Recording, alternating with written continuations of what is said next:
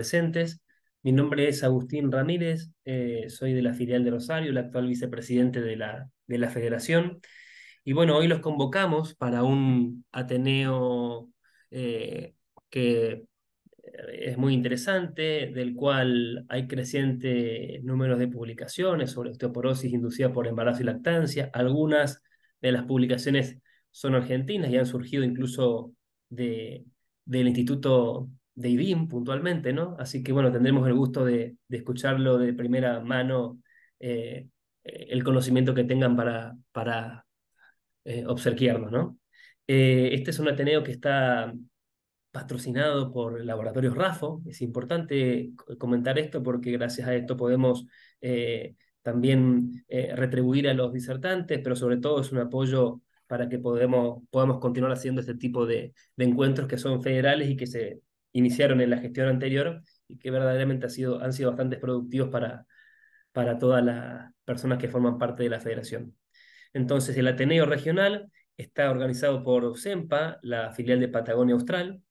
El título del Ateneo es Baja masa ósea y embarazo, controversias.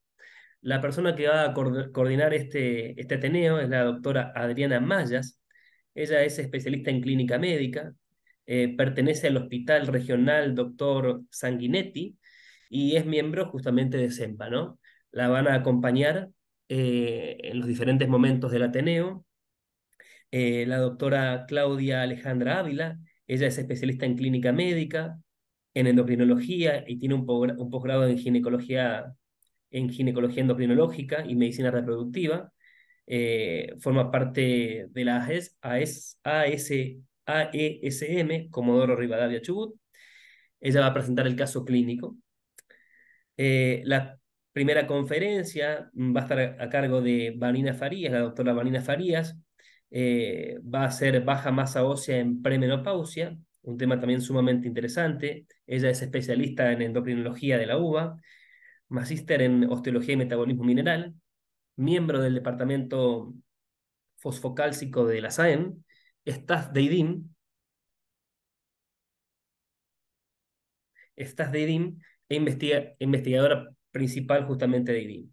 Y la segunda conferencia va a estar a cargo de la doctora Florencia Ciocia, que va a hablarnos sobre osteoporosis en embarazo y lactancia. Ella es especialista en endocrinología también de la UBA, magíster en osteología y metabolismo mineral y médica del staff de IDIM y también investigadora principal en investigación clínica. Comenzamos con el Ateneo. Al final del Ateneo abrimos el tiempo a las preguntas, ¿eh? Así que bueno, comenzamos nomás.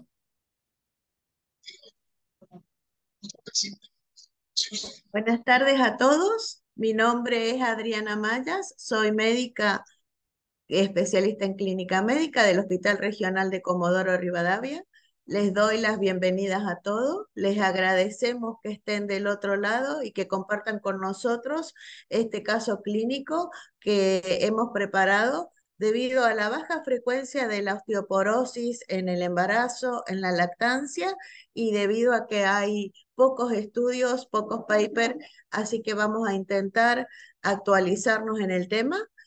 La doctora Claudia Ávila va a ser quien presente el caso clínico. La doctora es magíster en endocrinología y posteriormente nos acompañarán la doctora Vanina Farías, que nos hablará de baja masa ósea en premenopausia. La doctora es especialista en endocrinología, magíster en osteología y metabolismo mineral, médica del staff de IDIM, investigadora principal en investigación clínica y miembro del Departamento del Metabolismo Fosfocálcico SAEM. También estarán junto a nosotros la doctora Florencia Socia, quien disertará sobre osteoporosis en embarazo y lactancia. Es especialista en endocrinología, magíster en osteología y metabolismo mineral, médica del staff de IDIM e investigadora principal en investigación clínica. Con mucho gusto le paso la palabra a la doctora Claudia Ávila, quien nos presentará el caso clínico.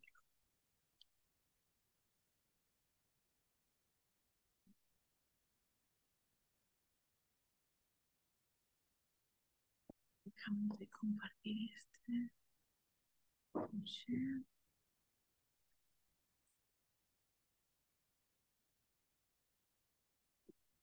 Ya.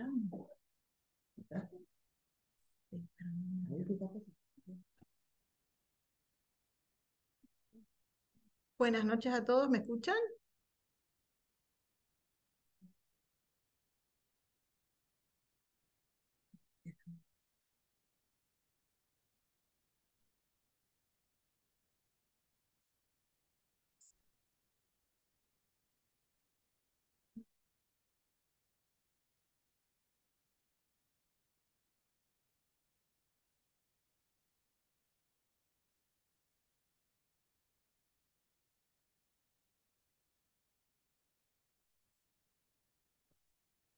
Bueno, buenas noches a todos. Yo soy la doctora Claudia Ávila, que voy a presentar el siguiente caso clínico. Presentamos una paciente de 38 años de edad que tiene como antecedente un diagnóstico de síndrome de silla turca vacía a sus 18 años de edad. Ella se encuentra en reemplazo con levotiroxina, anticonceptivos e hidrocortisona. Ella consulta para una valoración de su metabolismo fosfocálcico en el contexto de deseos de fertilidad. Ella nos refería que su menarca había sido a los 13 años de edad, con ciclos irregulares, no tenía antecedentes de fracturas ni caídas en el último año, no tenía antecedentes de litiasis, era una paciente más bien sedentaria, aportaba un antecedente de una abuela con una fractura de cadera y como medicación habitual eh, consumía levotiroxina de 100 microgramos día, hidrocortisona a una dosis de 15 miligramos por día, repartido en 2 tomas diarias, anticonceptivos orales con una dosis de etinilestradiol de 20 microgramos día, asociada a drospirenona, calcio y vitamina D. Aportaba en ese momento un laboratorio con una calcemia de 9,3, un fósforo de 4, un sodio de 138, un potasio de 3,8, una calciuria de 193 miligramos en 24 horas para un laboratorio que tenía un rango hasta 200, un aparato hormona de 38 picogramos por mililitros y unos beta-crop-lac de 492 para un rango de laboratorio en premenopausia en un máximo de 305. Una vitamina D de 54, una tirotrofina de 1,7, una T4 libre de 10, una FSH de 5,7, una IGF-1 de 21, en un rango que estaba disminuido para su franja etaria, un cortisol libre urinario de 35 microgramos en 24 horas, una CTH de 6, una hormona antimuleriana de 6,6 y un cariotipo 46XX. Esta paciente, a su vez, tenía un peso de 53 kilos, una talla de 1,53 m con un índice de masa corporal de 22 y aportaba esta primera densitometría ósea, que era un lunar, donde podemos destacar que presenta a nivel de su densidad mineral ósea, más que nada una columna total de L1 a L4 de 0,798 gramos por centímetros cuadrados con un Z-score de menos 3,2, que a la valoración de las demás vértebras, exceptuando L1, presentaba a nivel de L2, L3 y L4 también un Z-score de menos 3,6, menos 3,4 y menos 3,2 respectivamente. Se asocia también una densitometría de cadera izquierda, que aporta un cuello femoral de 0,707 gramos por centímetros cuadrados, con un Z-score de menos 2,1, con una cadera total de 0,709 gramos por centímetros cuadrados, con un Z de menos 2,4. Y esta es una resonancia de hipófisis que ella aportaba, donde se ve el aracnoide celar, y en la descripción aportaba más o menos un diámetro de una hipófisis de 2 milímetros. Bueno, y en este contexto es como empezamos a hacer como una línea del tiempo de esta paciente para ver cómo había sido su desarrollo a lo largo de toda su adolescencia y cómo llega a su diagnóstico de panhipopituitarismo y la valoración de cómo pudo haber sido la evolución o la evolución de su pico de masa ósea, ¿no? ella refiere que su menarca había sido a los 13 años, que había tenido 2 ciclos menstruales y que a partir de ahí había estado en amenorrea secundaria hasta sus 15 años, que consulta ginecología y se le indican anticonceptivos orales que ella tomaba irregularmente, pero en ese contexto tiene un primer contacto con endocrinología y se le hace un diagnóstico de un hipotiroidismo central, donde inicia tratamiento con reemplazo con levotiroxina. Así todo, ella refiere que presentaba episodios de oligomenorrea. A sus 18 años hace una nueva consulta porque presenta episodios sincopales, lipotimias frecuentes y se le hace un diagnóstico de insuficiencia adrenal, empezando también reemplazo con hidrocortisona. En todo ese contexto, ella hacía algunas consultas esporádicas para valoración de su dosis de levotiroxina, para ver la dosis de hidrocortisona, a lo que no era muy adherente. Ya a sus 30 años, ella empieza a tener un trabajo estable, refiere que trabajaba en un hotel con horarios rotativos y empieza a presentar varias consultas a guardia, incluso internaciones, por episodios sincopales, y ella refiere no tomar regularmente la hidrocortisona y asimismo no conocer las pautas de estrés. A partir de allí se reevalúa, se le explica a la paciente, se valora sus perfiles, porque en un momento se le hace un diagnóstico de epilepsia, ella está prácticamente 6 meses en tratamiento con topiramato, hasta que es nuevamente evaluada por una segunda opinión por neurología, donde se le suspende la medicación, y ella, acatando correctamente su medicación sustitutiva para su panhipopituitarismo, no vuelve a presentar episodios sincopales ni descompensaciones. Es así que a sus 32 años, ella, bajo su régimen de hidrocortisona 15 miligramos día, sus anticonceptivos y la levotiroxina de 100, ella empieza a plantear que tiene deseos de fertilidad. Posteriormente, es una paciente que hace consultas anuales, a veces hacía consultas en otro lugar, a veces hacía consultas acá en la ciudad, y finalmente a sus 38 años se presenta con esta valoración del centro de fertilidad, donde va a ser un intento de un tratamiento de alta complejidad, pero tiene una densitometría ósea donde tenemos este Z-score en columna de -3.2 y donde empiezan nuestros interrogantes, ¿no? Es una paciente que tiene osteoporosis, que tiene una baja masa ósea. Deberíamos planificar algún tratamiento previo a este embarazo, deberíamos recomendarle que no se embarace. Entonces es ahí que decidimos solicitar una consulta en IDIM para pedir la realización de la valoración de la microarquitectura ósea. Y esta es la valoración que nos trae, que presenta la paciente, ¿no? Donde podemos ver la valoración del radio y de la tibia, donde vemos que es un hueso bastante heterogéneo, incluso con algo aumentado la porosidad de la cortical. Si nosotros vemos los parámetros del radio principalmente, ella tiene una densidad trabecular muy disminuida, no así la cortical, no está comprometida, pero sí tiene este volumen óseo trabecular disminuido, principalmente a expensas del número de trabéculas que están disminuidas, también su grosor, lo que nos genera este hueso tan heterogéneo, que es lo que podemos ver en las imágenes, ¿sí? Tanto en radio como en tibia. Entonces, de ahí es que planteamos esta discusión al hacer esta interconsulta, si es una, como había planteado anteriormente, si es una paciente con baja masa ósea, si ya podemos hablar de osteoporosis, si tendríamos que plantearnos algún tratamiento con osteoactivo. En realidad, esta paciente en un primer momento, ella se le hace la valoración fosfocálcica y se inicia un pequeño tratamiento muy corto de 3 o 4 meses con bifosfonatos, y ella a la vez pide una derivación a un centro de fertilidad, y es como que paramos la pelota y bueno, si realmente ella quiere un embarazo, ¿está recomendado, no está recomendado? Si hubiera que hacer un tratamiento con osteoactivos, ¿qué tipo de tratamiento? Y bueno, estos son todos los planteos que nos fuimos haciendo.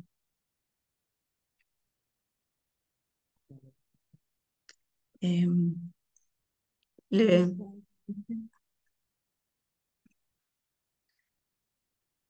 Para la primera parte de la discusión, le damos la palabra a la doctora Vanina Farías para plantear un poquito a partir de baja masa ósea en premenopausia. Bueno, muchas gracias por la invitación. Hola a todos. Eh, Ahí se ve bien, ¿no? Perfecto. Bueno, la idea es que yo les voy a hablar un poco de baja masa ósea en premenopausia, cómo seguimos a estas pacientes, cómo hacemos el diagnóstico. Y lo primero que nos planteamos cuando nos consulta una mujer joven como esta es, ¿la paciente alcanzó alguna vez su pico de masa ósea y lo perdió posteriormente por alguna causa? ¿O nunca llegó a alcanzar su pico de masa ósea, que, como vamos a ver después, es el máximo potencial de masa ósea que alcanzan? ¿Y por qué es tan importante hacer esta diferenciación de las aguas? Porque en realidad muchas veces nos centramos en la evaluación ósea y el cuidado de la salud ósea en las personas mayores y nos centramos mucho en prevenir la pérdida ósea, pero nos olvidamos que hay una parte muy importante también en el cuidado de la salud ósea, que es potenciar la ganancia y llegar y optimizar el pico de masa ósea. Tan importante es que algunos autores refieren que nosotros podríamos definir a la osteoporosis en realidad como una enfermedad que se inicia en la infancia y tiene sus manifestaciones en la vida adulta. ¿Y qué es esto del pico de masa ósea? Bueno, el pico de masa ósea es el máximo potencial óseo que se alcanza al final del periodo de crecimiento, alrededor de la segunda o tercera década de la vida, y tiene un primer momento de crecimiento lento y tiene un momento de crecimiento acelerado que coincide con el desarrollo puberal. En esa etapa se alcanza alrededor del 30-40% de la masa ósea total. Entonces, cualquier efecto negativo que pueda surgir en esa etapa va a repercutir mucho en el pico máximo que yo vaya a alcanzar de masa ósea. A partir del pico de masa ósea viene un periodo de meseta en la mujer donde está estable y después empieza lentamente a declinar con una declinación muy pronunciada cuando caen los estrógenos. Y los factores que influyen en la adquisición de este pico de masa ósea son principalmente la genética. Un 60 o un 80% del pico de masa ósea es genético, pero eso no quiere decir que no podamos hacer nada para optimizar este pico, ya que el resto sí son factores modificables. Y dentro de estos factores modificables es muy importante la nutrición, como vamos a ver más adelante, el aporte de calcio, vitamina D, proteínas, nutrientes necesarios para la formación ósea. Efecto mecánico, es muy importante el ejercicio físico, no solo por el efecto mecánico en sí mismo, sino que se sabe hoy en día que el músculo es un verdadero órgano endocrino y que tiene efectos muy beneficiosos sobre la salud ósea. Efectos hormonales, que son justamente los que podemos analizar en este caso. Esta paciente tuvo déficit hormonales muy importante durante esta etapa del crecimiento, de GH, de hormona tiroidea, de estrógenos, y hábitos, todos hábitos tóxicos, como el alcohol, el tabaco, que pueden afectar la formación ósea. Y es tan importante este pico de masa ósea que, según estudios epidemiológicos, se ha descrito que aumentar un 10% la masa ósea es como si uno pudiese retrasar la menopausia 14 años. Y disminuye también, está asociado a una disminución del riesgo de fractura en la vida adulta. Fíjense acá en el gráfico cómo este sería el pico de masa ósea. Si yo lo puedo potenciar, entonces cuando entra a la pérdida ósea voy a empezar a perder hueso en una edad mucho más temprana, pero por el contrario, como en esta paciente, si aparecen efectos negativos como los hormonales que tuvo en su periodo de crecimiento, como vimos en su adolescencia, y pudiesen haber afectado su máximo potencial óseo, entonces alcanza una meseta menor y a una edad mucho más temprana entra en baja masa ósea. Y entrando ya más en qué se denomina osteoporosis premenopáusica, la prevalencia puede ir de 0,5 al 50%. Este gran rango es porque depende mucho de la definición que utilizan los diferentes estudios para definir osteoporosis premenopáusica y también del centro de referencia. No es lo mismo la prevalencia que va a tener un centro que se especializa en metabolismo óseo que un centro de medicina general.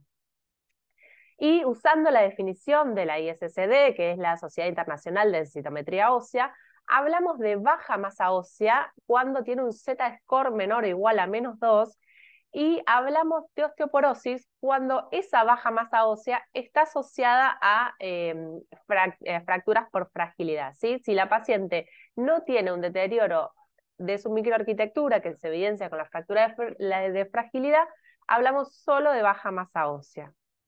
Y las fracturas en la premenopausia son muy importantes, un factor de riesgo, un antecedente importante a preguntar, ya que está visto que aumentan mucho, hasta un 75% el riesgo de que esa paciente vuelva a tener una fractura en su posmenopausia. ¿Y cómo evaluamos a estas pacientes que nos consultan por baja masa ósea en la premenopáusica? Lo más importante es siempre tratar de identificar alguna causa secundaria, porque son muy frecuentes las causas secundarias, sobre todo en las premenopáusicas. Según las series, entre el 50 y el 90% tienen causas secundarias. Las causas secundarias son un montón, sería cualquier causa que afecte negativamente al hueso. Uno se va a ir orientando a qué causa secundaria estudiar, como vamos a ver más adelante, según la anamnesis, el examen físico, y uno va a orientarse a pedir tal o cual estudio. En esta paciente en particular, podemos ver que tenía déficit de hormona de crecimiento, que es muy importante para el hueso, tuvo todo el tema del lipoestrogenismo, tanto en la adquisición del pico de masa ósea como en el mantenimiento posterior, porque usaba los estrógenos muy irregular, y también el tema de su hipotiroidismo. Si bien la paciente tenía hipotiroidismo, hay que tener en cuenta este antecedente en la evaluación de los pacientes, sobre todo en la adherencia a la medicación y los controles, porque muchas veces pasan que los pacientes están sustituidos con levotiroxina, pero se pierden de los controles, y por ahí están años y años sobresustituidos, y quizás están con un hipertiroidismo ficticio por toma de medicación que no se controlaron. Entonces, es importante que más allá de que sea hipotiroideo, asegurarnos de que haya estado bien controlado con su dosis durante toda esa etapa.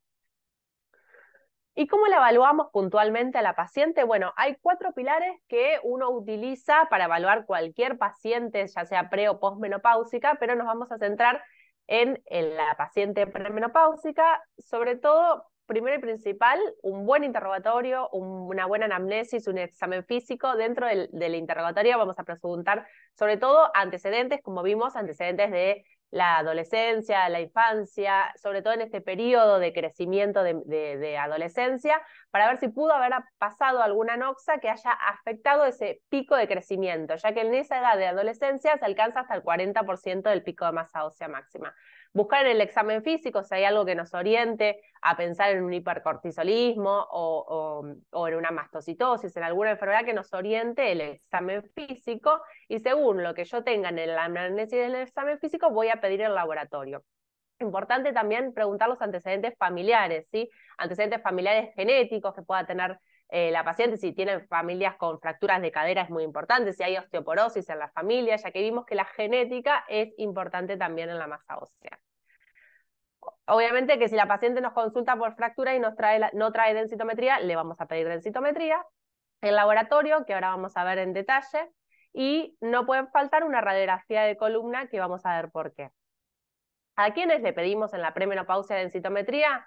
Bien, bueno, principalmente a las pacientes que ya nos vienen con una fractura por fragilidad y no nos traen densitometría, aquellas personas que tengan enfermedades o condiciones que puedan haber afectado su masa ósea, y en aquellos pacientes que están con medicación osteoactiva o estamos considerando darle medicación osteoactiva.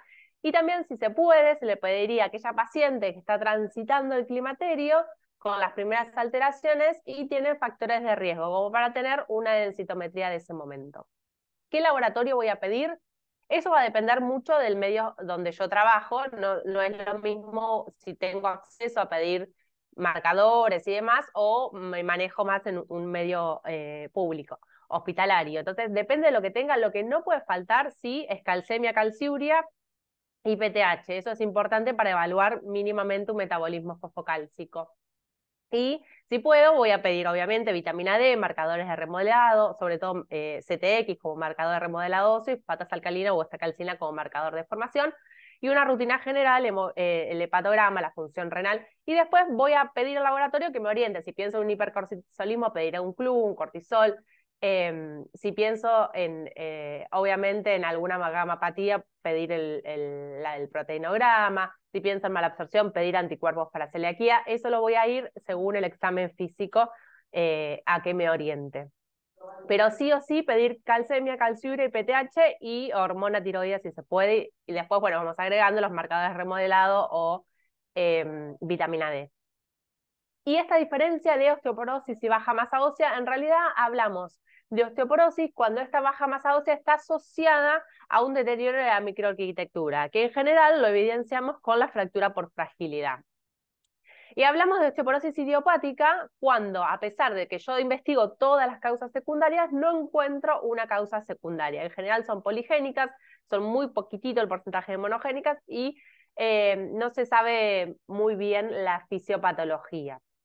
Para saber si estoy hablando de baja masa ósea y de osteoporosis, sí o sí siempre tengo que pedir una radiografía de columna, porque puede pasar que la paciente no me refiera fracturas, pero pueda tener fracturas morfométricas, y ahí sí me va a cambiar muchísimo la categorización del riesgo de esa paciente, y voy a estar hablando de una osteoporosis. Entonces, más allá de que la paciente no me refiera a fracturas, para asegurarlo, tengo que siempre pedir una radiografía de columna dorsolumbar para ver que no tenga fracturas morfométricas. Y en cuanto a osteoporosis idiopática, no se sabe mucho de la fisiopatología, en general son poligénicas. En general, la mayoría de los estudios han evidenciado una alteración a predominio trabecular. El remodelado mucho no nos ayuda porque a veces puede estar bajo, normal o aumentado. Algunos estudios con biopsia ósea lo que han demostrado es que tienen menor formación. Entonces, algunas teorías son que podrían tener una alteración de los osteoblastos, aunque los mecanismos exactos no se conocen, y también se ha visto, como sabemos, que tanto el osteoblasto como el adipocito vienen de la misma stem cell, que habría como una derivación hacia el linaje de adipocitos con disminución del linaje de osteoblastos. Entonces esto haría un aumento de la adiposidad de la médula ósea, pero bueno, son todos estos estudios aislados que no está tan claro la fisiopatología. Pero en general, muchas veces lo que se ve es un defecto en la formación ósea. Y para contarles rápidamente una experiencia del instituto donde trabajo, lo que intentamos hacer es una evaluación de las causas secundarias de pacientes que nos consultaban en premenopausia y ver qué causas secundarias tenían. Se hizo un estudio retrospectivo con revisión de las historias clínicas. Entre junio de 2013 y enero de 2015 evaluamos las historias clínicas de 88 mujeres premenopáusicas que tengan o densitometría o fracturas por fragilidad. Los resultados en líneas generales tenían un BMI de 21,6, antecedentes familiares de fractura el 8%, antecedentes familiares de osteoporosis un 26%, y 14 de las 88 pacientes habían sufrido alguna fractura por fragilidad. En general lo que más tenían alterado es la densitometría de columna. El laboratorio en general estaba normal, los CTX, fíjense cómo el rango iba entre la media que encontramos es 3,78, pero había algunos que lo tenían rebajito y otros que lo tenían muy alto, es lo que pasa en general. Lo único que había es una vitamina D con un valor entre 27,44, pero con un rango entre 7,6 y 64. Y como está descrito en la literatura, encontramos casi el 50% de pacientes con alguna causa secundaria. Las causas secundarias más importantes que encontramos fue la deficiencia de vitamina D, la enfermedad celíaca, el uso de glucocorticoides en un 10%, la hipercalciuria en un 13,6%, otras drogas que afectan negativamente el hueso en un 13,6%, y la causa más importante fue la menorrea secundaria. En cuanto a los tratamientos, que vamos a ver más en detalle cómo se tratan estas pacientes, farmacológicos, fíjense que recibió solo el 18% de las pacientes. Los fármacos más utilizados fueron los bifosfonatos. En cuanto a las fracturas, 6 pacientes de las fracturadas recibieron tratamiento, y la gran mayoría, como vamos a ver más adelante, lo que recibió fue tratamiento conservador, con sobre todo calcio, vitamina D y la corrección de su causa secundaria. Entonces, ¿cómo tratamos a estas pacientes que nos consultan por osteoporosis en la premenopausia? Sobre todo, como cualquier paciente con osteoporosis, no pueden faltar las medidas generales: un adecuado aporte de calcio, de vitamina D y es muy importante el ejercicio físico. El ejercicio físico tiene que ser ejercicio físico multicomponente. Hoy por hoy sabemos que no podemos hablar de salud ósea si no hablamos de la unidad músculo-hueso. Y como les decía antes, antes decíamos que el efecto mecánico del músculo, del ejercicio sobre el hueso, y la realidad es que hoy sabemos que el músculo es un verdadero órgano endocrino en el cual secreta sustancias llamadas mioquinas, que se secretan algunas beneficiosas durante el ejercicio y otras, cuando estoy sedentario, secreto otras mioquinas que tienen un efecto perjudicial sobre el hueso. Entonces es sumamente importante que el ejercicio sea multicomponente aeróbico, más ejercicio de resistencia y equilibrio. Y obviamente evitar todos los tóxicos como el tabaco y el alcohol. Acá les traigo este trabajo que se hizo para vean la importancia del ejercicio. Se les dio a un grupo de mujeres con osteoporosis premenopáusica, se las dividió 40 mujeres, 10 en cada grupo. Una se les dio una leche con calcio más ejercicio multicomponente. Otro grupo solo ejercicio multicomponente, otro grupo solo la leche con calcio y otro grupo nada. Y en realidad cuando empezaron a ver, y se les midió densitometría de laboratorio previo a iniciar y al finalizar el seguimiento. Y lo que se vio es que a las que mejor les fue tanto en la densitometría como en los marcadores de remodelado, fue a las que hacían el ejercicio físico o el ejercicio físico con el calcio. Por ejemplo, en este grupo, que es la densitometría, este es el ejercicio que hacían leche más ejercicio o ejercicio. Fíjense cómo la densitometría mejora, tiene un T-score mejor, o sea, menos negativo, y en cambio las que hicieron leche nada más, si bien mejora, no mejora tanto, no fue tan significativo. Esto es columna lumbar, esto es cuello izquierdo, y estos son los valores de vitamina D y fosfatas alcalinas. Entonces, de los 4 grupos, a las que les fue mejor fue a las que hicieron calcio más ejercicio y a las que hicieron ejercicio. Y la otra parte importante es tratar la causa secundaria, obviamente. Entonces, tiene que ir asociado el tratamiento de medidas higiénico-dietéticas con la causa secundaria. ¿Y a quién le voy a dar tratamiento farmacológico? A aquellas pacientes como que voy a individualizarlo según el riesgo-beneficio. Cuando yo trato la causa secundaria y es una paciente de muy alto riesgo, o que quizás la causa secundaria no puede ser tratada porque quizás es una droga que está con un tratamiento para alguna artritis o con corticoides y no se los puedo suspender. Bueno, en esas pacientes en donde quizás la causa secundaria no es tratable, uno piensa en agregar el tratamiento farmacológico. Dentro de los tratamientos farmacológicos están los antirresortivos, bifosfonatos o denosumab, y los osteoanabólicos, que es el teriparatide. En cuanto a los bifosfonatos o el denosumab, ninguna de estas drogas se puede usar durante el embarazo. Está descrito con bifosfonatos que uno debería esperar por lo menos un año luego de usar los bifosfonatos. Si bien hay trabajos en donde se utilizaron bifosfonatos cuando la paciente estaba embarazada o en el primer trimestre, y los nacidos no tuvieron ningún tipo de problemas, son drogas que no se pueden utilizar y que uno debería esperar idealmente 12 meses después de su uso. Y en cuanto a teriparatide, en general sabemos que teriparatide después es parte de un tratamiento secuencial, entonces uno debería considerar teriparatide con el bifosfonato posterior.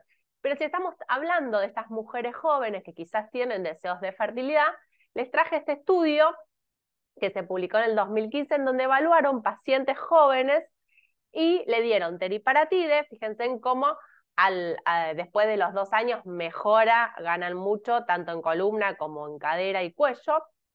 Y lo que hicieron después, en vez de darle el bifosfonato, las dejaron sin nada y las siguieron durante 2 años. Y si bien perdieron masa ósea, lo que se vio en el análisis individual es que algunas pacientes sí perdieron, alrededor del 10%, pero hubo otras pacientes que no perdieron masa ósea a pesar de no haber hecho un tratamiento secuencial, incluso alguna llegó a ganar a los 2 años un 2%. Y lo que se vio es que las que más perdieron habían sido las que más habían ganado, pero por otro lado, un dato importante es que las que conservaron o que menos perdieron fueron las que eran más jóvenes. Entonces lo que se plantea es que quizás en una mujer joven con buen nivel de estrógenos, uno y que tiene deseo de fertilidad, uno quizás podría darle el teriparatide y confiar en que los estrógenos podrían proteger para no tener que darle el bifosfonato y quizás retrasar un poco más su deseo de fertilidad. Entonces, en una paciente joven con buen nivel de estrógenos, uno se podría quizás plantear en darle solo el teriparatide.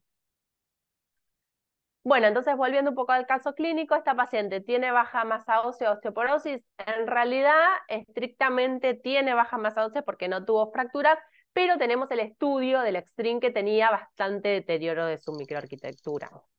Y en cuanto a tratarla o no con osteoactivos, la realidad es que es una decisión muy personalizada que se tiene que hablar mucho con la paciente.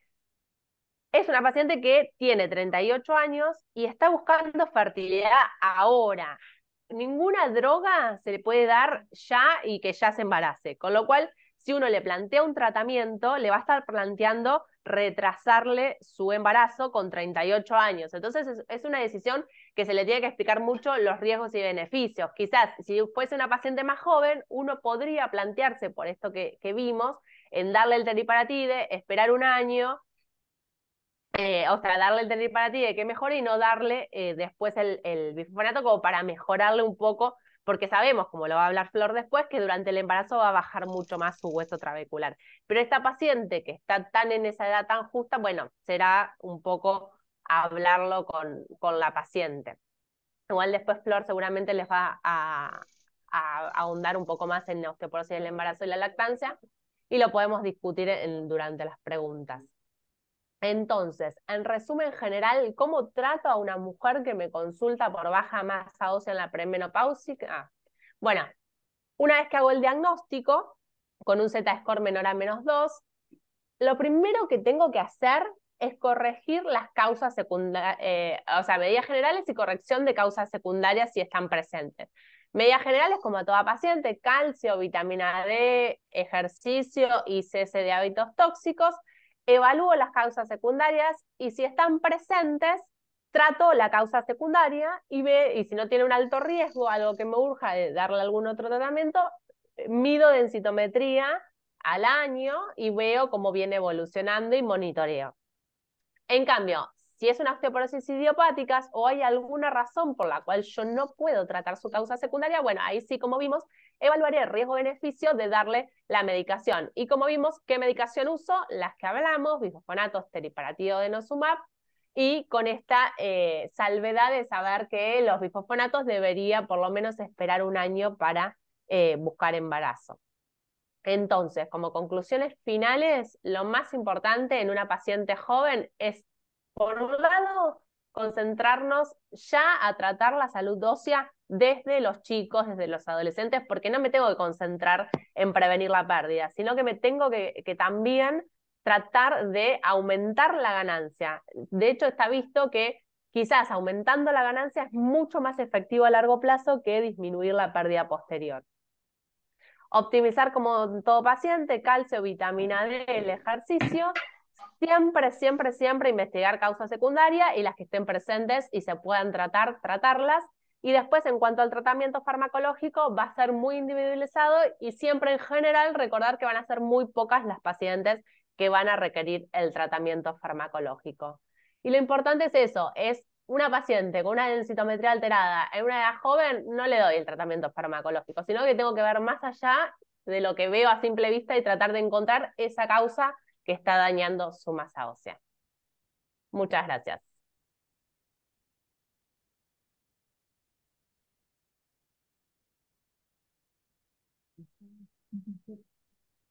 Muchas Bueno, gracias, doctora Vanina Farías. Excelente su conferencia. Le agradecemos todos sus conocimientos que nos ha transmitido. Gracias. Emocionante verla y conocerla y gracias por todo lo que nos ha enseñado. Le damos el paso a la doctora Florencia Socia, quien nos ayudará a comprender un poco más la osteoporosis en el embarazo y la lactancia. Muy buenas tardes, doctora. Hola, ¿qué tal? Buenas tardes para todos. Bueno, muchas gracias por la invitación para hablar de este caso. Y bueno, como ya les dijeron, les voy a hablar de osteoporosis del embarazo y la lactancia y después, bueno, aplicar un poco lo que hable al caso clínico que presentó Claudia. Bueno, muy bien. Ahí se ve, ¿no es cierto? ¿Se ve? Sí. Sí. Bueno. Les cuento un poquitito. Antes de hablar de osteoporosis asociada al embarazo y la lactancia, quiero hablarles un poquitito del metabolismo óseo durante estas etapas de la vida, ¿sí? Ya sabemos que tanto durante el embarazo como durante la lactancia va a haber un aumento de la demanda de calcio, ¿sí? A fin de permitir el desarrollo del esqueleto fetal o neonatal, ¿sí? Y la magnitud de esta demanda va a ser similar en ambos estados, ¿sí? Pero los mecanismos fisiológicos de adaptación que van a permitir satisfacer esta demanda son diferentes en cada uno de estos periodos. Muy bien, durante el embarazo, ¿qué pasa? El desarrollo del esqueleto del feto va a requerir aproximadamente 30 gramos de calcio, de los cuales el 80% se va a adquirir durante el tercer trimestre del embarazo. ¿Y cómo es que el esqueleto de la mamá puede proveerle de esta cantidad de calcio al feto? Bueno, durante el embarazo se va a producir, en primer lugar y fundamentalmente, un aumento muy marcado de las concentraciones de calcitriol en sangre. Esto es independientemente de los niveles de paratormona, ¿sí? Es por un aumento de la actividad de 1-alfa hidroxilasa, lo cual va a llevar a un aumento de la absorción intestinal de calcio a partir más o menos de la semana 12, ¿sí? Y con esto, como la mamá aumenta mucho la absorción intestinal de calcio, aproximadamente se duplica, esto va a llevar también a un aumento de la expresión renal. Por otro lado, también tenemos durante el embarazo aumento de otras hormonas, como el péptido relacionado con el gen de la paratormona, obviamente los estrógenos, la prolactina, la lactógeno placentaria y la calcitonina, ¿sí?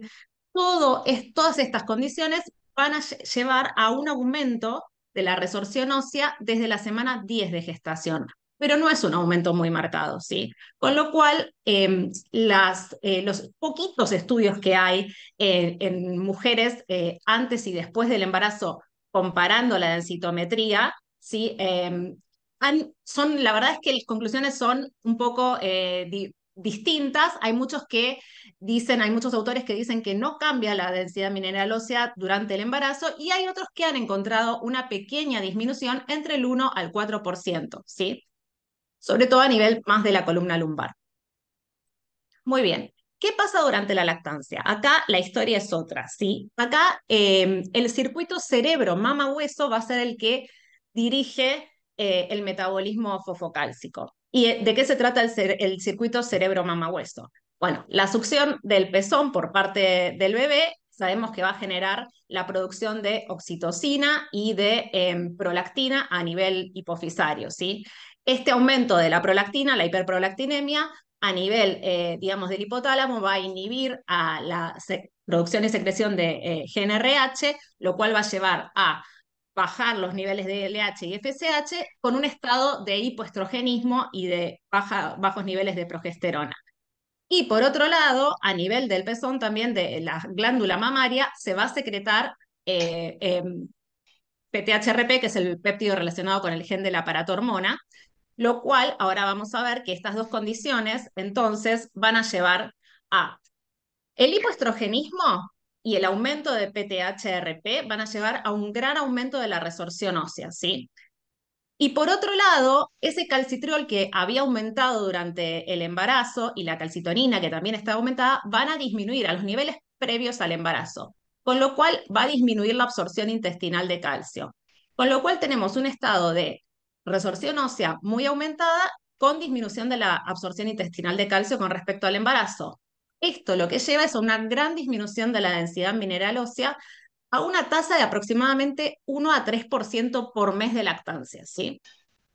Con lo cual, la densitometría, la densidad mineral ósea, está descrito que disminuye a una tasa de 3 a 10% durante los primeros 2 a 6 meses de lactancia. Esto es lo que disminuye en un año la posmenopausia, ¿sí? En este estado de la lactancia disminuye 3 a 10% durante los primeros 2 a 6 meses.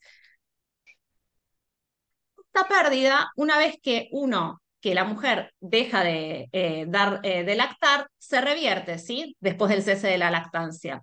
La velocidad de recuperación varía entre 0,5 a 2% por mes y los mecanismos por los cuales esto sucede no fueron del todo dilucidados, ¿sí? Todavía. Ahora, ¿qué pasa con la resistencia ósea? Bueno, lo sabemos digamos, por la realidad, por la clínica, y además hay estudios realizados en mujeres pre y posmenopáusicas que no han demostrado alteraciones a nivel ni del pico de masa ósea, ni de la densidad mineral ósea, ni el riesgo de fracturas vertebrales o de cadera asociadas a la historia de lactancia, con lo cual la resistencia del esqueleto materno no se ve alterada, ¿sí? Pero hay mujeres que sí se fracturan. Es muy raro, es una condición rara, sí, pero existe. Hay mujeres que sí sufren fracturas por fragilidad y estas mujeres son las que presentan la condición llamada osteoporosis asociada al embarazo y la lactancia. Estas fracturas por fragilidad generalmente son vertebrales y suelen aparecer durante el tercer trimestre del embarazo o en los primeros meses del posparto, ¿sí? Menos frecuentemente también está descrito que pueden haber fracturas de cadera o osteoporosis de cadera, ¿sí?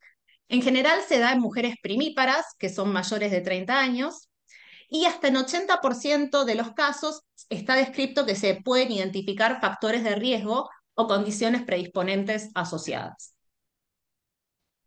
Como les decía, es poco frecuente, pero por la etapa de la vida en la que sucede y por el tipo de fracturas que involucra, conlleva una gran morbilidad, ¿sí? Con lo cual es mandatorio el estudio de causas secundarias asociadas potencialmente, como ya les había dicho Vanina, ¿sí? Y como factores de riesgos asociados en estos pacientes, los principales descriptos son pacientes que pueden haber presentado un bajo pico de masa ósea, pacientes que no tienen una nutrición adecuada, así con un aporte inadecuado de calcio y vitamina D, bajo peso y también está descrito un fuerte factor genético asociado. Muy bien. ¿Qué mecanismos subyacentes se proponen en los casos de osteoporosis asociada al embarazo y la lactancia? En cuanto a los factores genéticos, se postula que la baja masa ósea puede estar asociada a condiciones preexistentes, como son las causas secundarias de osteoporosis, o factores genéticos. Y en cuanto a esto, están descritos distintas mutaciones. Hay un trabajo reciente, yo no se los pude traer por una cuestión de tiempo, pero hay un trabajo reciente en el cual se estudió en mujeres con osteoporosis asociada al embarazo y la lactancia si presentaban polimorfismos, ¿sí? Genéticos en genes que tienen que ver con el metabolismo óseo. Y sí se han encontrado y se han descrito mutaciones, no mutaciones, sino polimorfismos más bien, por ejemplo, del receptor LRP5, digamos, factores involucrados en la vía del Wnt, como por ejemplo puede ser el mismo gen del Wnt, ¿sí? El RP5, y además puede haber también mutaciones en las cadenas del colágeno, ¿sí? Además, lo que se postula es que obviamente en la fisiopatología de la producción de la fractura juega un papel preponderante la gran pérdida de masa ósea a predominio trabecular, ¿sí? Y otros mecanismos asociados pueden ser que haya pacientes que presenten un aumento excesivo en los niveles del péptido relacionado con el gen del aparato hormona. También se postula un rol central de la resorción ósea mediada por osteoclastos y la osteólisis osteolítica. Y hay factores mecánicos que también contribuyen, ¿sí? Que pueden ser, digamos, disparadores, como puede ser el aumento de peso que se produce durante el embarazo, la hiperlordosis lumbar, etc. Bueno, el abordaje de estos pacientes es como un poco como les había dicho Vanina. En primer lugar, hay que descartar cuando llega la paciente, más allá de las imágenes con las que ya viene, por ejemplo, en la mayoría de los casos son fracturas vertebrales, hay que hacerles todo el estudio, la batería de estudios que les dijo Vanina, para descartar la presencia de causas de osteoporosis secundaria, ¿sí? Y una vez, digamos, que yo a la paciente la estudié y digamos, si tiene causas secundarias o no, vamos a En primer lugar, suspender la lactancia materna. ¿Por qué? Porque habíamos dicho que el hipoestrogenismo y el aumento de PTHRP juegan un rol crucial, ¿sí? En el aumento de la resorción ósea, porque es un aumento muy exacerbado, ¿sí? Entonces, en primer lugar, se suspende la lactancia materna. Todas las guías, no hay guías sobre esto, sino los trabajos que se han hecho sobre esto, todos los doctores en eso coinciden. Lo otro fundamental es aportar calcio, ¿sí? A una dosis de 1.200 a 1.500 miligramos por día, y vitamina D para mantener niveles adecuados por encima de 30 nanogramos en mililitros. Más allá de eso, la analgesia, la fisioterapia que vaya a necesitar la paciente por la fractura que sufrió, a medida que pueda ir recomendándole a realizar actividad física por las mismas razones que ya les habló la doctora Farías, ¿sí? Y también el tratamiento de las causas de osteoporosis secundaria, si es que existen, ¿sí? Eh, ¿Por qué, digamos, en principio se propone este tratamiento conservador en estas pacientes y no ir directamente a agregarle un tratamiento farmacológico? ¿Por qué? Porque estamos hablando de pacientes premenopáusicas que tienen buenos niveles de estrógenos, que si dejan de lactar van a tener buen nivel de estrógenos y que probablemente vayan a recuperar la densidad mineral ósea con el tratamiento conservador, ¿sí? El tratamiento farmacológico queda reservado para casos más severos, como puede ser el de pacientes que hayan presentado múltiples fracturas vertebrales y presenten mucho dolor que no responde al tratamiento conservador, ¿sí? O en el caso de que, por ejemplo, haya una urgencia por disminuir el riesgo de fractura, digamos, de forma rápida, ¿sí? En esos casos también se puede proponer el tratamiento farmacológico. Yo no les traje, digamos, detallado acerca de esto, pero los tratamientos farmacológicos descritos en los casos de osteoporosis asociada al embarazo y la lactancia son, en primer lugar, se han propuesto históricamente los bifosfonatos porque era la única opción que había. Hoy por hoy no es digamos, la opción digamos, de primera elección por digamos, las mismas causas por las que Vanina les hablaba de que los bifosfonatos no se pueden dar en el embarazo, pero más allá de eso, también sabemos que quedan depositados en el hueso, y si la paciente a futuro quiere volver a quedar embarazada, se sabe que hay traspaso trasplacentario de los bifosfonatos. Y si bien no hay demostradas malformaciones ni problemas, digamos, neonatales, no serían de primera elección. También hay algunos trabajos muy poquitos con denosumab, y últimamente hay muchos trabajos con teriparatide, ¿sí? Con teriparatide está habiendo bastantes, digamos, publicaciones últimamente dentro de lo que se puede digamos, por la casuística de la condición que es muy baja, y sería quizás el tratamiento ideal para realizar en estas pacientes porque, digamos, va a mejorar mucho el hueso trabecular y es un tratamiento que se les puede dar y que después no va a dejar, digamos, medicación, no queda medicación en el cuerpo ante ante un potencial embarazo a futuro. Bueno, acá les traigo, esto es la publicación que hicimos en IDIM en 2021, ¿sí? Es en colaboración con muchos colegas, algunos del IDIM, tenemos una colega que es de Perú también. Y lo que yo les quiero mostrar es esto. Nosotros lo que nos propusimos en este trabajo es evaluar la microarquitectura ósea en pacientes con osteoporosis del embarazo y la lactancia, ¿sí? Mediante tomografía computada cuantitativa periférica de alta resolución, que es el HRPQCT o Extreme, que ya les mostró antes Claudia unas imágenes. Y lo que hicimos fue compararlas. Nosotros tomamos un grupo de 7 mujeres con osteoporosis del embarazo y la lactancia que habían consultado a la institución, y las comparamos con un grupo de mujeres lactantes sanas, ¿sí? De 8 mujeres lactantes sanas. Con lo cual las estábamos comparando con un grupo de mujeres que estaban, digamos, pasando por el mismo periodo fisiológico, ¿sí? De resorción ósea y a nivel del metabolismo fosfocálcico por el que estaban pasando esas mujeres que habían tenido fracturas.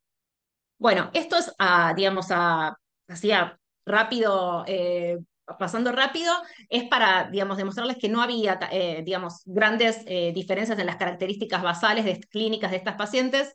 Lo único que sí llegó a tener una significancia estadística fue la edad media, así que en las pacientes con osteoporosis tenían una edad media menor a los controles, pero eso es, digamos, una pura casualidad.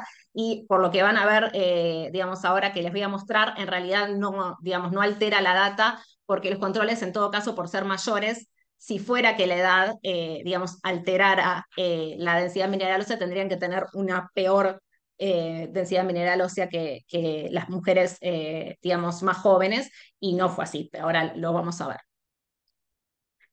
Acá les muestro, digamos, es para mostrarle los factores de riesgo que presentaban, ¿sí? 86% de las pacientes con osteoporosis del embarazo y la lactancia tenían factores de riesgo, ¿sí? De estas 7 pacientes, la primera tenía historia familiar, había 3 que tenían baja ingesta de calcio, ¿sí? Había una que había presentado, digamos, que había tenido por púrpura sí, por PTI, había recibido altas dosis de glucocorticoides durante el embarazo, ¿sí? Había otra que tenía hiperprolactinemia, antecedentes de hipercalciuria y litiasis renal, y una sola no tenía nada, ¿sí? Y lo otro es para mostrarle que en la mayoría de los casos, ¿sí? Salvo en un caso que fue de fractura de cadera y en esta otra paciente, en la mayoría de los casos las fracturas fueron múltiples, ¿sí? En esta última paciente fue como una catástrofe que tuvo en su columna vertebral porque tuvo 11 fracturas, ¿sí? Es la paciente que estaba recibiendo glucocorticoides a altas dosis. La media de fracturas nos dio 4,3 por paciente, con una mediana de 3 fracturas aproximadamente, que coincide más o menos con lo reportado en la literatura general, que es de aproximadamente el promedio de fracturas en estas pacientes es de 3,4. Bueno, también a modo rápido, en el metabolismo fosfocálcico no presentaban, digamos, más allá de los beta-crosslabs aumentados, ¿sí? Digamos, esta es en un N de 4 pacientes, que lo pudimos calcular porque creo que en las otras pacientes estaban calculadas por otro método, ¿sí? Y también la vitamina D, ¿sí? Los niveles de vitamina D estaban en una media de 28,17. Si bien no es el ideal, tampoco tenían, fíjense que tienen un desvío estándar de 6, o sea que ninguna llegaba a tener realmente un déficit de vitamina D, ¿sí? Una paciente presentaba hipocalciuria y una tenía hipercalciuria, como ya les había contado antes. Bueno, y esto miren, que esto es lo que, digamos, les quería mostrar, y la microarquitectura posteriormente. Miren lo que era la densidad mineral ósea medida por DEXA, ¿sí? O sea, las pacientes con osteoporosis del embarazo y la lactancia tenían un Z-score de medio de menos 3,2, mientras que los controles, un Z totalmente normal. Esto en la columna lumbar. Y en el cuello femoral, las pacientes con osteoporosis un Z de menos 2, lo cual era un 26% inferior a nivel de la cadera en comparación con los controles. Y a nivel de la columna, ustedes fíjense que la diferencia era un 32%, ¿sí? Y eran pacientes que estaban todas, digamos, pasando por el mismo periodo fisiológico, ¿sí? Sin embargo, las pacientes con osteoporosis presentaban una clara afectación, ¿sí? Ya visible por la DEXA. ¿Y qué pasó con la microarquitectura ósea? Bueno, ustedes saben que el Extreme se evalúa 2 huesos, una es el radio distal y otra es la tibia, ¿sí?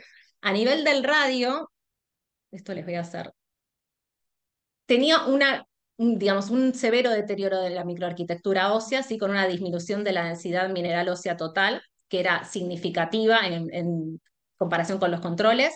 Y esto era expensa fundamentalmente de una disminución de la densidad del compartimento trabecular, que era un 34% inferior a los controles, a expensas sobre todo, obviamente, del número de trabéculas y un poquitito en menor medida, pero casi igual el grosor de las trabéculas, ¿sí? O sea que las trabéculas eran mucho menores en número y en grosor, ¿sí? Esto hacía a su vez que el espacio intertrabecular sea mayor, ¿sí? Y que el hueso sea mucho más heterogéneo. Todos estos valores en naranja fueron estadísticamente significativos. A nivel del compartimento cortical, también tenía una disminución de la densidad mineral cortical, las pacientes con osteoporosis, y en cuanto al grosor cortical, era un 20% inferior en comparación a los controles. Esto no llegó a darnos, casi nos dio estadísticamente significativo, pero bueno, eso también tiene que ver con que el tamaño de la muestra era muy pequeño, entonces por ahí no alcanzó significancia estadística por eso, pero había un porcentaje importante de diferencia. Y a nivel de la tibia, lo mismo, casi un poquitito menos marcado, había una disminución de la densidad total, también a expensas sobre todo del hueso trabecular, En este caso estaba más afectado el número de trabéculas que el grosor prácticamente no era tan diferente entre los dos grupos, ¿sí? También había más espaciamiento, ¿sí? Intertrabecular por menor número de trabéculas, y también era un hueso más heterogéneo. Si bien todas estas diferencias, las únicas significativas fueron el número de trabéculas y el espacio intertrabecular y la heterogeneidad, los demás porcentajes de diferencia también fueron importantes. No, por ahí no llegaron a alcanzar significancia estadística, otra vez por el tamaño pequeño de la muestra, pero fueron, digamos, importantes. Bueno, y acá les muestro las imágenes. Ustedes vean lo que es el radio, ¿sí? De una paciente, de una de las pacientes con osteoporosis versus el de una paciente que estaba lactando, que era sana, sin fracturas, y la tibia, ¿sí? Ahí se nota bien la disminución por ahí más de la cortical, ¿sí? Y el espaciamiento intertrabecular, las trabéculas más finas y el menor número de trabéculas, en comparación con la lactante sana. Bueno, entonces, el compartimento trabecular estaba severamente deteriorado y el compartimento cortical también estaba deteriorado, aunque en menor medida, en comparación otra vez con las lactantes sanas. Y además, realmente en los factores de riesgo, si bien encontramos en el 86% de las pacientes, las únicas dos que tenían realmente factores que les condicionaran un deterioro tan severo de la microarquitectura eran las pacientes que recibieron glucocorticoides, una de ellas, y la otra era la paciente que tenía hipercalciuria, que había tenido hiperprolactinemia y que tenía litiasis renal. Con lo cual, nosotros nos planteamos por qué estas pacientes tienen tan alterada su microarquitectura y su densidad mineral ósea en comparación con otras mujeres que, digamos, están, digamos, pasando por lo mismo. Bueno, se cree que estas pacientes en realidad, y los pacientes en general que presentan este cuadro de osteoporosis asociada al embarazo y la lactancia, presentan un deterioro de la densidad mineral ósea y la microarquitectura en forma previa al embarazo. Lo que pasa es que como son mujeres que en general son sanas, no se han fracturado antes, no tienen ninguna indicación de hacer densitometría, no lo conocen, ¿sí? O sea, es un dato desconocido para ellas. Muy bien, entonces, es fundamental recordar que es importante reforzar la importancia de un adecuado aporte de calcio y vitamina D durante estos periodos de la vida, que muchas veces no se hace, se pasa por alto, ¿sí? Y recordar que las pacientes con este cuadro de osteoporosis asociada al embarazo y la lactancia probablemente tengan una baja densidad mineral ósea y una microarquitectura ósea alterada previamente al embarazo. Y eso es el motivo por el cual no pueden enfrentar y satisfacer las necesidades de calcio del feto y posteriormente del neonato durante la lactancia de forma exitosa sin fracturarse, ¿sí? Porque ya arrancaron desde una mala condición basal. Y recordar que el tratamiento fundamental, siempre suspensión de la lactancia, aporte adecuado de calcio y vitamina D y el tratamiento de las causas de osteoporosis secundaria si las hubiera, ¿sí? Bueno, acá les dejo, esto es solamente para que si lo quieren leer, es una review que publicamos con la doctora María Belén Zanqueta hace muy poquito, en agosto. Ahí está el DOI por si lo quieren buscar. Y ahí, bueno, se habla más detalladamente de todo esto que les estaba comentando y de los tratamientos también osteoactivos que se pueden llegar a dar. Bueno, muy bien, nuestra paciente, esto es como les estaba spoileando un poco, pero bueno, yo la vi a la paciente derivada por Claudia en IDIM, y lo que nosotros hicimos fue, le pedimos, más allá de, digamos, ver todos los estudios que traía previamente y el Extreme, le pedimos una nueva densitometría y le pedimos que se la hiciera en nuestro instituto, digamos, más que nada por el aparato que se calibra todos los días, etcétera, y para tener un TBS, ¿sí? El Trabecular Bone Score, que ustedes saben que es una herramienta que nos permite evaluar mejor el hueso trabecular a través solamente de la DEXA sin necesidad de repetir un estudio de microarquitectura. Y acá les muestro la DEXA que se hizo este año la paciente, ¿sí? Donde tiene en la columna lumbar, en L1, L4, tiene un Z-score de menos 2.2, ¿sí? Que no es tan, digamos, bajo como en la primera densitometría. Y en cadera, sí, en cuello femoral tiene un Z de menos 1,4 y en cadera total tiene un Z de menos 1,3, ¿sí? O sea, no es tan bajo como parecía en un principio. Si bien esto corresponde a una baja masa ósea, no nos asusta tanto como el primero que vimos. Y acá tienen los resultados del TBS que se hizo, ¿sí? Ustedes miren que para L1, L4 y para todo el resto de los segmentos vertebrales, tiene un muy buen TBS, tiene un TBS de 1,421. Con lo cual, eso un poco nos dejó, digamos, nos habla más, digamos, a favor de tranquilizarnos y no, digamos, de bajar un poco el nivel de alarma, no de quedarnos tranquilos, pero digamos, nos dice que tendría un menor riesgo en comparación a lo que primero por ahí pensamos.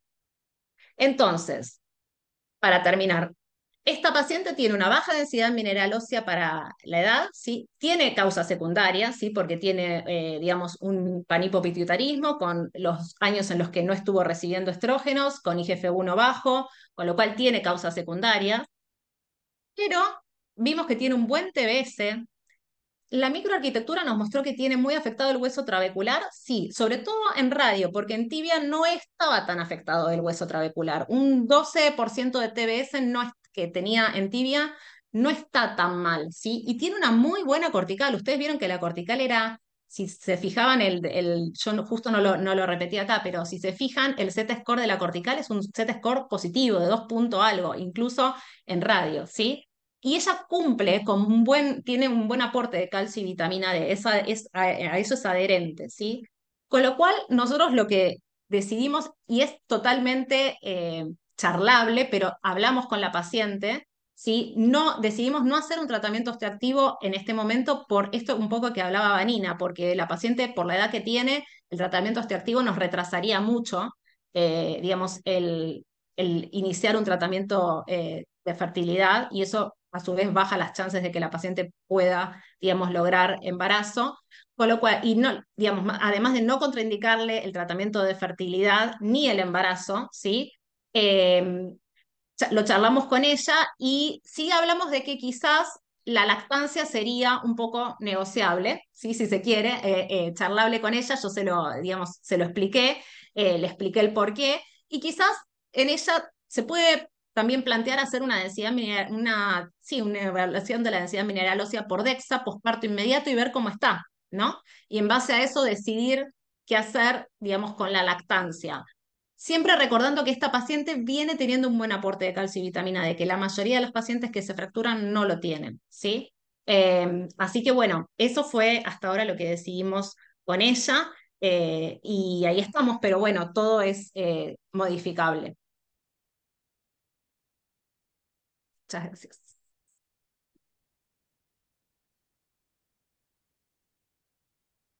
No, no puede salir. Ahí está. Pero no puede salir ya. Doctora Florencia, le agradecemos mucho su presentación, le agradecemos todos sus conocimientos, ha sido muy clara para nosotros que queríamos presentar este tema, que es muy importante porque como usted dijo, es muy poco frecuente y a veces las pacientes llegan sin un dosaje de calcio, sin una valoración ósea que después trae todos estos problemas. Muchísimas gracias por sus conocimientos y por su gran presentación. Gracias. Tenemos dos preguntas para hacerles, que nuestro auditorio lo ha dicho así. Una vez que tratamos las causas secundarias de la osteoporosis, la nueva densitometría control, ¿a cuánto tiempo se haría? ¿A 1 año o a 2 años? Y eso depende también donde podamos hacerla, ¿no? Si uno, en el mundo ideal hay muchas causas secundarias, como no sé, por ejemplo la celiaquía, un hiperpara que se opera. La verdad que tiene una buena recuperación muy rápidamente, en pocos meses. Entonces, al año uno podría hacer una densitometría nueva y ve la mejoría sustancial. No es lo mismo cuando yo doy un bifosfonato, por ejemplo, que por ahí no veo tan rápidamente, pero en las causas secundarias muchas veces saco la causa secundaria y mejora muy rápidamente. Lo que pasa es que, bueno, a veces las obras sociales, las prepagas no nos autorizan al año y nos autorizan a los 2. Pero si uno puede idealmente y hay una causa secundaria clara, al año se puede ver una mejoría sustancial. Bien. Y otra pregunta. Después de suspendida la lactancia, si le empezamos tratamientos con teriparatide, ¿por cuánto tiempo? ¿Por 1 año? ¿Por 2 años? ¿Por cuánto tiempo nos preguntan? Bueno, en principio sería, se plantea 1 año o 2, ¿sí? Eso igual depende también de cada paciente y de lo que planifique cada paciente con su vida, pero en principio se plantea 1 año o 2. Pero siempre, o sea, recordar que en estos pacientes, o sea, lo primero y el tratamiento de elección es siempre lo conservador. El teriparatide queda como para casos más severos. O para, bueno, nosotros, por ejemplo, hace poquito en IDIMA ahora tenemos una paciente que quería tener, digamos, un segundo embarazo muy rápido, muy seguido del primero. Y bueno, su densidad mineral ósea no había mejorado del todo. Entonces se habló con ella y se empezó tratamiento con teriparatide. Pero bueno, en ese caso también se la va siguiendo y como ella quiere lograr un embarazo, digamos, eh, muy pronto, y bueno, quizás en ella si mejora mucho la densidad mineral ósea, hasta se pueden plantear un tratamiento de 6 meses. Es Bien, muy artesanal todo. bueno. Bueno, queremos agradecerles a las dos su colaboración, su excelente presentación y también queremos agradecer desde CEMPA, desde Comodoro Rivadavia, que nos hayan dado la oportunidad, la invitación de FACEN para poder compartir con ustedes este tema. Muchísimas gracias. Una cosita por ahí importante de este caso Todas. y que recontra tenerlo en cuenta es el estudio, porque muchas veces nosotros nos basamos en una densitometría ósea y hay que ver cómo lo calibra el aparato, si están bien puestos los ROI. Entonces, eso nos cambia un montón. Fíjate cómo la paciente tenía una osteoporosis que nos recontra asustaba y después se lo hizo en otro lugar, quizás con una mejor metodología, y la verdad que no era tanto. Entonces, sumamente importante no mirar solamente el diagnóstico que nos dice osteoporosis, el T-score, sino mirar la imagen, ver que esté bien puesto los ROI, que sea comparable el estudio, que sea de un centro que sabemos que calibre y demás, que a veces por ahí es difícil de encontrar, pero nos basamos en ese estudio. Entonces, tratar de ver que ese estudio realmente sea algo confiable en donde nos podamos basar. Bueno, muchísimas gracias. ¿Quieren agregar algo más? ¿Alguna pregunta más? Bueno, Bueno, felicitar a las muchísimas. expositoras, ¿sí? A la sociedad, a la filial que organizó el evento. Muy interesante el tema, muy interesante el caso clínico, muy interesantes las conferencias que nos plantearon. Así que, bueno, el próximo evento, que es un poco indirecto, de FACEM, es el Congreso de SAEM, así que van a existir muchos encuentros eh, a la brevedad, ¿no? Bueno, eso un poco también recordar este gran evento que es el Congreso de SAEM, bueno, y nos reencontraremos muchos ahí, ¿eh? Agradecidos a todas las personas que participaron, a los asistentes, y bueno, seguramente ya el próximo torneo va a ser el año que viene, y recuerden que el año que viene tenemos el Congreso nuestro en FACEM, que a la brevedad daremos conocimiento de la ciudad donde se va a llevar a cabo. Muchísimas gracias a todos. Buenas noches. Gracias por acompañarnos en este tema.